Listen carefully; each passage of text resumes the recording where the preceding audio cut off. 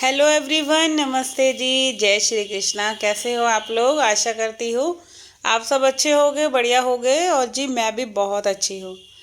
तो जी आज का वीडियो स्टार्ट हो रहा है। सुबह के बज रहे हैं 10:30। हाँ जी, 10:30 बजे से वीडियो स्टार्ट हो रहा है और मंडे का दिन है। तो जी आज है क्रिसमस, तो क्रिसमस की वजह से है बच्चों की छुट्टी। डुगू की तो चली रही है और कार्तिक की भी है। और अभी मैं फ़िलहाल आई हूँ जिम से आने के बाद जो है लगी हूँ अपने घर के काम करने फटाफट फटाफट।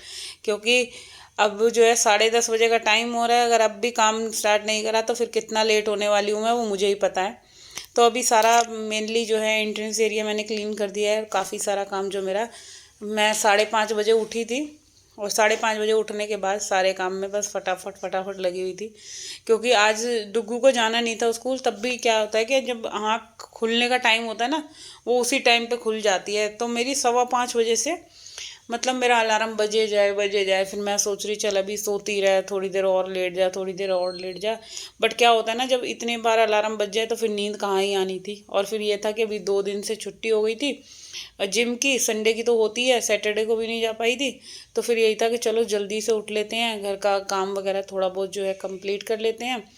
क्योंकि 1 घंटा तो सुबह पूजा पाठ में ही लग जाता है। और फिर वही था कि घर के काम कंप्लीट करने के बाद नाश्ता देना था पतिदेव को और फिर कपड़े धो के तब गई थी मैं जिम। तो अभी मैं घर के काम में लगी हूँ। सारी सफाइयों को जल्दी जल्दी से करना है, एंट्रेंस एरिया साफ़ करना है। पहले करती हूँ मैं ड्राइंग रूम क्लीन। तो अभी जो है कि मम्मी जी वाला रूम साफ़ हो गया है, कार्तिक उसमें पढ़ रहा है। और क्या होता है कि आप जब मॉर्निंग में अगर जल्दी उठ जाओ तो उसके बाद भी काम ना जल्दी निपटे तो फिर वही रहता है कि भाई जल्दी उठने का कोई फ़ायदा ही नहीं हुआ।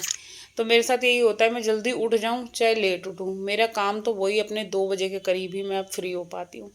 क्योंकि काम ही इतने सारे हैं कि कुछ ना कुछ। आज क्या हुआ था कि आज मैंने पूरे घर की जो है हॉल की और बच्चों वाले रूम की जो है मैंने सरफ़ के पानी से धुलाई करी थी, सरफ़ वाला पोछा लगाया था। और ड्राइंग रूम वगैरह तो ये साफ़ था, तो यहाँ पे बस नॉर्मल पोछा लगाया था। तो आप जब जैसे ये सरफ़ वगैरह का पोछा का काम कर लो ना, बढ़ा लो, तो भाई उस दिन तो काम बहुत ज़्यादा हो जाता है। मुझे पता है, मेरा मतलब 1 घंटा एक्स्ट्रा लग गया था। फिर उसके बाद मैंने बनाया पालक पनीर मक्की की रोटी। तो इस मेरे को करते कराते पूरे 2:30 बजे जाके मैं पूरा फ्री हो पाई। कपड़े वपड़े तय कर दिए और प्रेस तो आज करी भी नहीं है। आधे से ज़्यादा कपड़े तो मैंने ऐसे ही तय करके रख रखे हैं, कल के भी नहीं प्रेस हुए।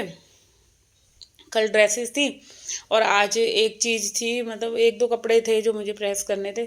बट वही था कि टाइम ही नहीं मिला। फिर मैंने सोचा चलो इवनिंग में कर लूँगी। तो वही है, आपका जो एक दिन छुट्टी हो जाए तो दूसरे दिन आलस आता है सुबह उठने में। मगर क्या होता है कि जब वही अलार्म बजने लगा तो फिर यही था कि भाई उठ ही जाओ, जो रिस्पॉन्सिबिलिटी इतनी है घर के काम की। और फिर वही है कि इतने बीच में आपको अपने लिए टाइम निकालना है तो बहुत मुश्किल है। मगर क्या होता है कि मुश्किल चीज़ों को भी आसान बनाया जा सकता है जब आप मन में एक कहते हैं दृढ़ निश्चय ले लो किसी चीज़ के लिए। तो आपको टाइम अपने आप ही निकल जाएगा।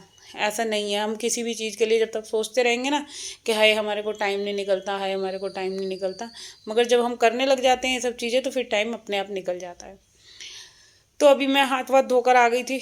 यहाँ मंदिर के पास से थोड़ी सी क्लीनिंग करनी है, सामान वगैरह उठाना है। क्योंकि यहाँ पे जो ये पूजा पाठ सुबह से हुई थी ना, तो कुछ ना कुछ सामान यहाँ भी फैल ही जाता है भगवान जी को नहलाने धुलाने का, या जो भी कुछ लोटे वगैरह होते हैं ये सारी चीज़ें। तो अभी इनको ठीक से करना है, समेटना है। और अच्छा एक चीज़ और होती है हमारे यहाँ कि जब सब पूजा कर लेते हैं ना तो फिर अब दोपहर तक भगवान जी को आराम करने देंगे, कर्टन वगैरह डाल देंगे और कह देंगे कि भाई अब आराम करो, अब इनको तंग नहीं करना। कि सुबह से बेचारे ये भी हमारे साथ उठे हुए हैं, तो इसीलिए इनका पर्दा वर्दा डाल के इनको रेस्ट पे छोड़ देती हूँ, लाइट बंद करके कि अब बस तुम थोड़ी देर आराम कर लो। तो ये 11 बज गए थे आई थिंक मेरे को ये सारे काम करते करते। और सुबह से उठे उठे ये टाइम आ जाता है कि जब आप कहीं की भी सफाई करने लग रहे हो ना, तो एक सफाई के साथ दूसरा काम एक्स्ट्रा आपको मिल ही जाता है। कुछ ना कुछ चीज़ें, चाहे डस्टिंग करनी है या कोई भी सामान फैला हुआ है सबको उठाना समेटना। तो मॉर्निंग में ही आपका घर चाहे जितना मर्जी बिल्कुल साफ़ सुथरा है, बट जब सारे लोग नहा धो लेते हैं ना उसके बाद आपके घर की जो कंडीशन होती है वो आपको ही पता है, एक हाउसवाइफ को ही पता है कि जब सारे लोग नहा लेते हैं, नाश्ता वगैरह हो जाता है, उसके बाद जो घर फैलता है ना, तो भाई वो बहुत ज़्यादा बुरा हो जाता है। तो जी अभी मैं यहाँ पे पहले किचन भी मैं आज सर्फ़ के पानी से ही धो रही हूँ, तो मैंने यहाँ थोड़ा सा सर्फ़ का पानी डाल दिया है और अभी जो मैंने पूरा मैजिक मोप अपना घुमा दिया और फिर उसके बाद वाइपर से खींच दिया है।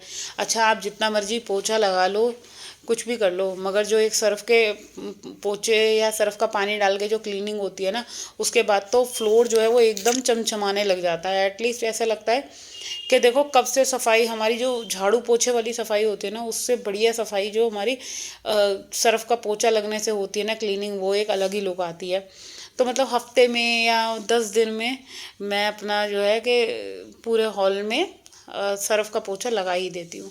और रोज़ाना तो देखो अब टाइम मिल ही नहीं पा रहा, क्योंकि सर्दी वैसे ही है, ठंड में इतना पानी वानी का काम करना बेकार है। तो हफ्ते में एक दिन जो होती है कि मैंने रूटीन बना रखा है, एक दिन मुझे सर्फ़ का पोछा लगाना है पूरे घर में। तो आज वही हुआ था कि हॉल में लग गया, मेरे दोनों रूम में लग गया था, बेडरूम में वो लग गया और बच्चों वाले रूम में, हाँ मम्मी वाला रूम और ड्राइंग रूम ये रह गया था, क्योंकि ये रूम साफ़ ही थे, इसमें इतना कोई जाता आता नहीं है, तो ये इसमें गंदगी भी नहीं थी, तो इसमें नॉर्मल झाड़ू पोछा लग गया था। और एक चीज़ और होती है कि मैं जब भी किचन वगैरह धोती हूँ, हॉल धोती हूँ ना, तो ये जो पानी का फ्लो है वो बैल्कनी की तरफ जाता है, रोड की ये छज्जे वाली तरफ, क्योंकि हमारे घर में ना ढलान का बड़ा गलत सिस्टम बना हुआ है, तो ये पानी सारा मेरे को खींच के उधर ही ले जाना पड़ता है। और ये सारा काम करने में भी ना कम से कम मुझे आधा घंटा लग गया था। और पानी का काम तो अगर आप कहीं भी फैला लो ना, जो काम आपका 2 मिनट या 10 मिनट का होने वाला है, तो उसमें आपको 1 घंटा लेकर चलो, क्योंकि वाइपर मारो, फिर वैसे पोछा लगाओ, फिर पंखा चलाओ, तो कितना मतलब काम जो होता है वो बढ़ जाता है।